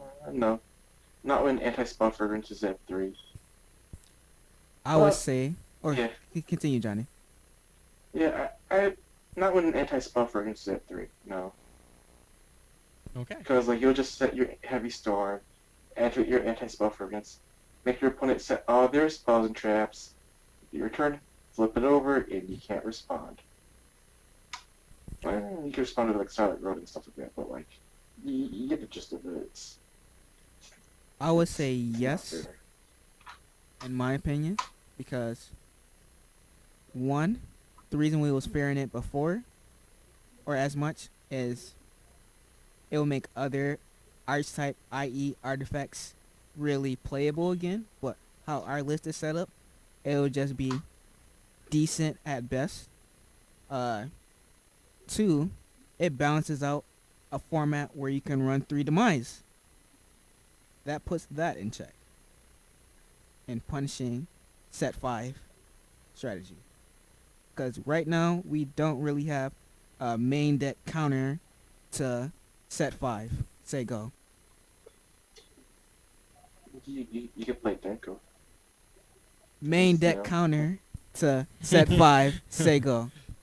You don't play the newest hottest deck, Denko of Zet Mustang and Ties of Brethren. There you go. That's the newest hot deck right there. Main deck Deckos. There you go. All right, let me do this first. You send you, swing over, bounce. Set, play card of demise. Set 4, say go.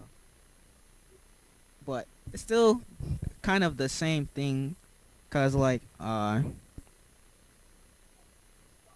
it's depends on the setup, and like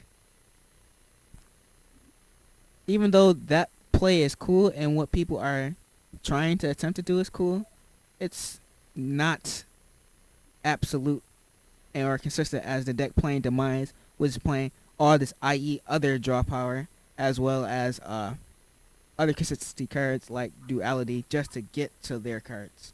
it will just be outsped in the end, or there will be answers to your answers. That's how I feel about the situation. I would like it back just so I can punish 5 back rows. Totally selfish. I'm totally selfish in it. It's okay. Two to one. 2-1. But I totally see what you're saying, Johnny. Oh my God, it could be be abused, but I'm fine with that. I hate to say it, I'm fine with that. But Johnny is right in a way. Anti-spell is the last major floodgate that's at 3 that hasn't been hit. Yeah, I feel like that should be a 1. I don't know why it's a 3 still. Because Konami wants to, show some pendulums. Like, oh man, so you gotta push up this last leg of support for pendulums before you hit it. Right. Jeez. And I was gonna say, because Exton Knight is still banned, gotta have something to counter it. Counter all the plussing. I'd rather have XCon than Heavy Storm. You know what? Just, I'm glad you brought that up, just Gandhi. I agree with Johnny. If they had that, then I wouldn't mind as much not having Heavy Storm. Come on, Matt. Because, Don't turncoat on me. But he's Yeah, right. He's because, right. like- I would be fine because then there's an answer that's fair. I feel. Although Exciton's pretty OP though when I say. Yeah. But I'll help turn 2 decks, come back against I make unbreakable board. I'll put everything on board, commit everything, so I can win next turn. yeah, I just flip flop down to Gandhi. All their negations. Make an exhibition that you just punish them. Johnny was like, I know how to get Matt on my side. Oh yeah, Eschaton Knight. Just bring him back and you'll get your mass wipe. That's what you need. I'm not saying that because I have like 3 of them. Sitting in the binder at home. I truly believe it should come back. All right, then the rebuttal gets Johnny, but every deck can't play. It's not general enough. There you go. What you mean? That's middleman Matt. Middleman Matt. There you go. I agree with both of the opinions. You play Instant Fusion. You're halfway there. Yeah, and we're living on a prayer. There you go. Right. Instant I'm gonna name that this episode. Instant Fusion. You're halfway there and living on a prayer. There you go. That's the name of this episode now. Good time. Alrighty. All right. Sorry to throw that wrench at the very end there. I was thinking about it because you brought up like, oh, people run like 80 thick destructions in there, but if you have Heavy Storm, they wouldn't run like 80. They run like 2 MSTs and a Heavy Storm and call it a day. Or heck, they probably run a Twister, an MST, and a Heavy Storm and call it a day. Or they might just run a Twister and then I don't know, whatever. But on the last thoughts on that, I think it's kind of like a counterbalance to be different from what the OCG has. They got Feather Duster, we got Raigeki. I think it's going to stay like that until one of us change to having both. But we both have Dark Hole. What does it mean? We do both have Dark Hole. Poor Dark Hole. Feels so bad. I'm gonna play White Hole, just because it'd be funny. But no one will play that. No, what's the one for Raigeki? Isn't it like anti-Raigeki? Raigeki bottle or something like that. Yes. It's like when they... Yeah, something like that. I would like that. Raigeki your own field. That'd be funny. That sounds so busted. Yeah. Alrighty, well, that'll be our show. I want to thank Johnny and Gandhi for coming on. You guys are awesome as always. Make sure you remind everyone to check out megascorcher.com for all the VODs and all the other shows. You can follow us on the Twitters. Just search Mega Scorcher Card Game Shows. As I burp right now, this is not a good time to burp. Doing the outro. Oh, excuse me. You can follow us on Facebook. Search Mega Scorcher Card Game Shows on Facebook and like us there. Even like Mega Scorcher TV on Facebook as well. This has been Mega Scorcher Standby Phase, episode 25, Sunday, October 16th, 2016. Catch you all next week, bitches. Peace out.